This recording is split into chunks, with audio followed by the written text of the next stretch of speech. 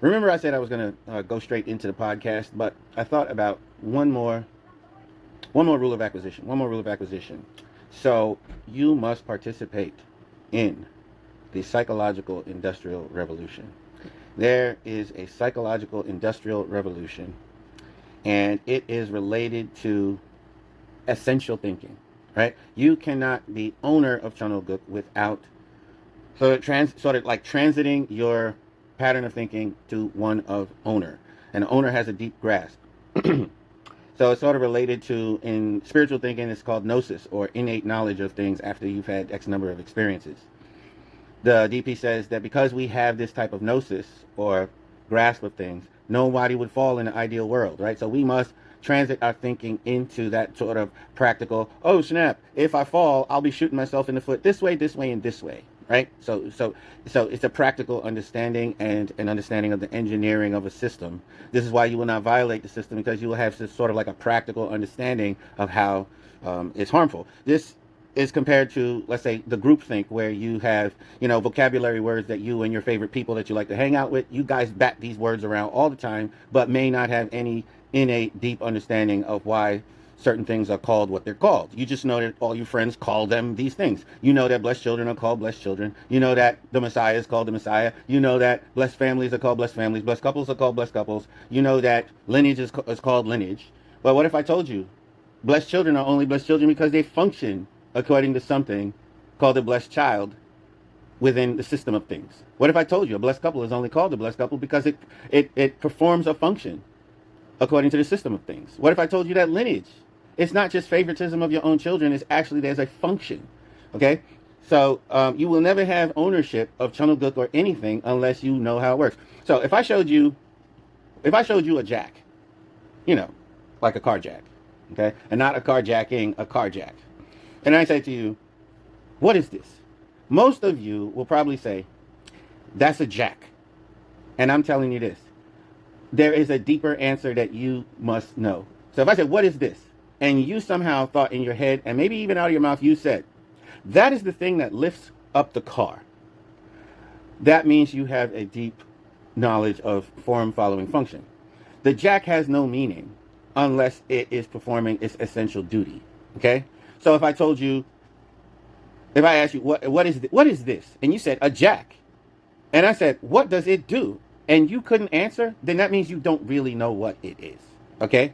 And so we have to separate the settlement age, the fourth Adam era, the owners of Chanoguk have to separate from the kind of thinking where it's like kindergarten thinking. You name stuff, but you don't understand it. Okay? You name stuff, but you don't understand it. And they test you for memorization. Okay? And you learn the memorization when you're in kindergarten so that you're in alignment with everybody else in the class. Okay? There's this heavy need for social proof or to fit in and get the right answer because everybody else got the right answer, right? Because it's social-driven mentality. All right? But this is not the end of our development. Eventually, we must rise to sort of have this psychological or internal or mental industrial revolution.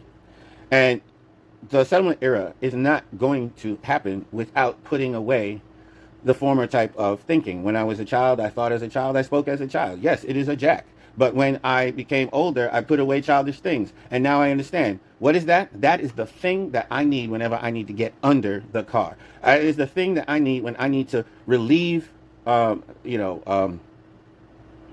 wheels of the weight of the car so that I can remove the wheels, right? So that is the thing that I need when I get to that point in my relationship with the car. That's what the jack is, right? So you're going to have to put away one type of thinking for another type of thinking. Now, I asked ChatGPT a question. What can be said about people who know that form follows function? And how does that relate to the word gnosis? Well, it basically said it's an essential understanding of things, both physical and spiritual. So form following function were the words of, what was the guy named Louis Sullivan? And he was an architect. Okay, so in his principles of understanding how to build things, he coined the phrase, form follows function. Now, people who are primarily form people, they know the names of stuff, but they will not know the function. And I'm saying understanding the function of something is the more mature understanding of the thing. We are supposed to understand the function of the cosmos. It is from the understanding of the function of the cosmos where we see what a blessed child is, what a blessed couple is, right? What lineage is. It's not a favoritism because we are the children of God. It is a little bit more than that, right? So unless we actually start to have some gnosis or essential understanding of what is the purpose of the Messiah? What was the purpose of the Restoration era? Everybody knows that there are words like Restoration era that are related to our collective socially. There are lots of words, but what do they mean? Okay? Now, that brings me to some of the struggles that I've had in the last 20 years.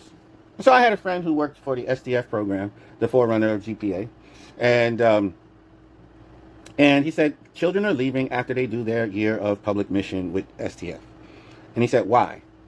And I said, basically, I was basically telling them there's no gnosis, okay? They don't understand what a blessed child is before or after having that program. And there was this one year where one of my friends gave the kids an opportunity to use their last month and a half of the program to ask whatever question they want, to drill down and pursue understanding whatever it is that they want. And most of them said, now these are 20-year-old people, and they said, what is a blessed child? So my friend called me in because he knew that I always agonize over these things. So I gave him a 1.5 hour presentation, so not nearly enough. You know, to have a paradigm shift, it requires for most people 200 hours of immersion before you get to that aha moment, like, oh, that's what it is. Well, the whole fourth Adam's realm, the whole era after church requires full immersion, which is why I'm doing this podcast, to aid people in, you know, getting out of the stuck thinking that is basically festering now. It's like old and festering. It's got gangrene. The church has got gangrene, okay? Everything that's negative in the church, losing the BCs, that's the gangrene. And so it's because of this. We're out of sync, okay? And one of the things we're out of sync with is the type of thinking that we as owners need to have. All right, what is a blessed child? Well, we all know, oh, are you a blessed child? Yeah, I'm a blessed child. What is the purpose of a blessed child? Okay? How many people are going to give you an answer when you ask them, what is the purpose of the blessed child? In other words, if form follows function, if the blessed child is to be known as blessed child from the architect's point of view, what function is he performing? What is a blessed child? What is a jack? Oh, it's a jack. But no, it is the thing that you count on to lift up the car. That's what a jack is, essentially, right? So what is a blessed child, essentially? What is God counting on this entity called blessed child for? What is the Messiah? Oh, it's true father's the Messiah. No. What is the Messiah, right? What is the function that the Messiah must perform in history such that you would know anything performing this might be the Messiah. Anything not performing this cannot be the Messiah, right? You have to know it like that. What is a blessed couple? What is a blessed family? Right? What does it mean that restoration is over? What was restoration? No, restoration is not, the way of doing things and the focus of me and my people. No, restoration was actually performing a function. It was actually fulfilling some role. And the funny thing is, if you don't know what that role is, you won't know what it means that we put it away, that God put it away. What was put away? Do you know Cain Abel was put away when restoration was put away? So because you don't think in terms of essential understanding of things, if restoration is over, then all the things that were put in place for the purpose congruent with restoration, all those things are over too. So the whole idea of give all things to Cain is over. The whole idea of proving that you don't have fallen nature by doing everything your central figure says, that's also over, right?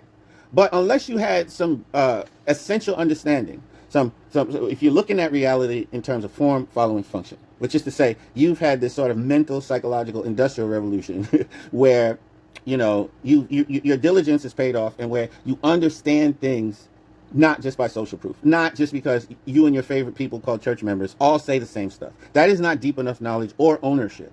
Okay, that is kindergarten level, grade school level knowledge where you just, you label things and memorize the labels. Okay, we are going beyond. You cannot have a settlement age without real gnosis and without the essential approach to knowledge that form follows function. You need to wash everything that's critical about this movement through the question, what is the function of that? What is the function of this? What is the function of this? What is the function of that? You have to renew your mind. Anybody who says, oh, we know what blessed child is, in the space of the fourth Adam settlement talks, and they are just assuming based on the groupthink. I don't know.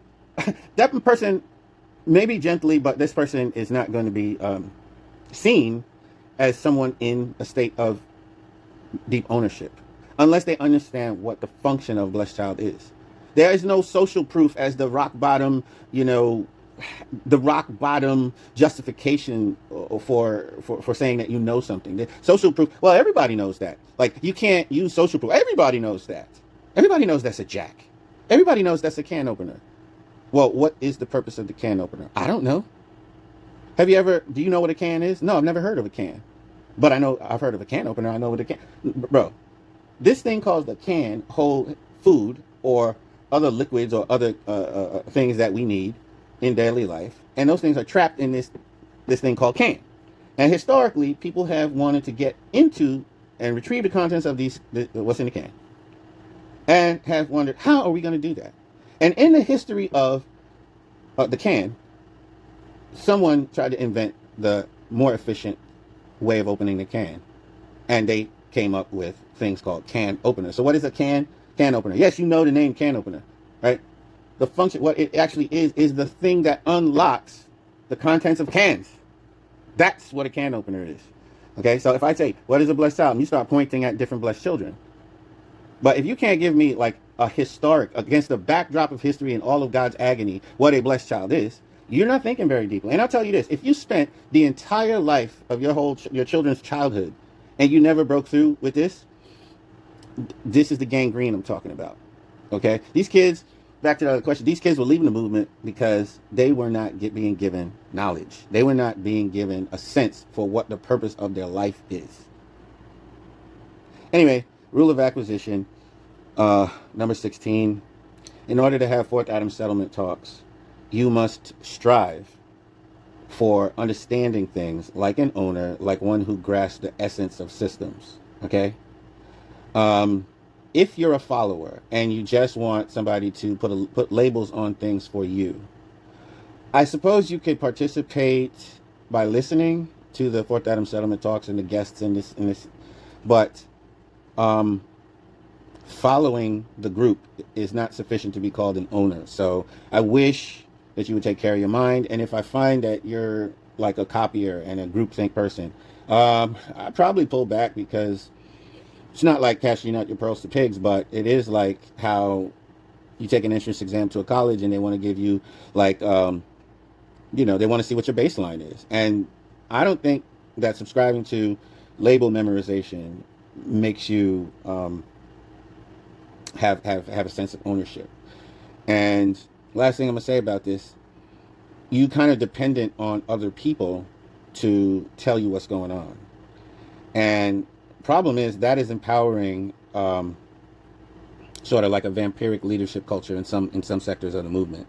So you think it's benign that you don't have knowledge, but you're empowering the person who carries knowledge on your behalf, and what they're doing with that commission, you're responsible for, because you're enabling that leader to do the things that they're doing, because you prop them up, because you need them. So there is an evil four-position foundation of vampiric leaders and these enablers in the movement causing this gangrene. So how can you extricate yourself from that four-position foundation without gnosis, without understanding and thinking in terms of the fact that form follows function, even for God, right? Okay, so this rule of acquisition number 16 is seek true essential knowledge. Form follows function.